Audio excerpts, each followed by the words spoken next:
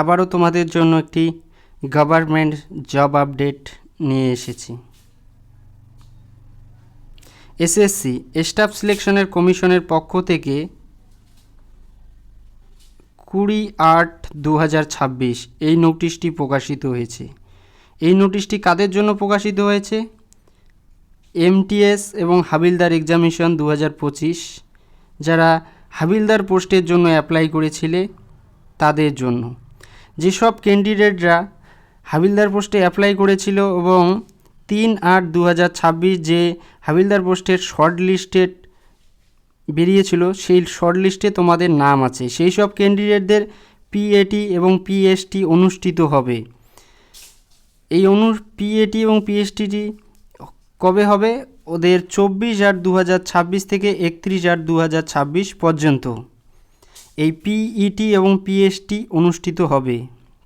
এবং এই পিইটি এবং পিএসটিটি দেওয়ার জন্য তোমাদের অ্যাডমিট কার্ড তোমরা পরীক্ষার ফর্ম ফিল আপের সময় যে জিমেলটি দিয়েছিলে সেই জিমেলে অ্যাডমিট কার্ডটি পাবে এবং সেই অ্যাডমিট কার্ডের নির্দিষ্ট দিন এবং নির্দিষ্ট জায়গায় তোমরা পৌঁছে যাবে। এবং তোমরা আবারও জানতে চাচ্ছিলে যে এমটিএসের রেজাল্ট কবে আসবে, এমটিএসের রেজাল্ট কবে আসবে তোমাদের জানিয়ে রাখি।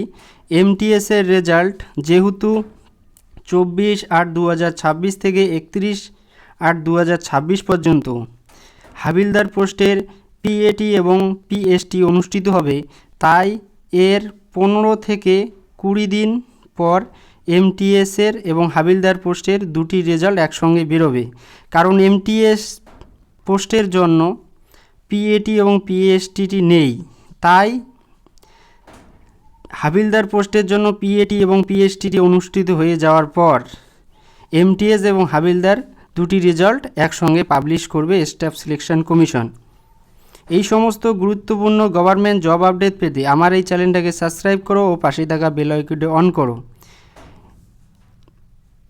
তারপরেও যদি তোমাদের কোনো মনে প্রশ্ন থাকে তাহলে কমেন্ট বক্সে কমেন্ট করো, আমি যথাসম্ভব তোমাদের সেই সব প্রশ্নের উত্তর দেওয়ার চেষ্টা করব। ধন্যবাদ।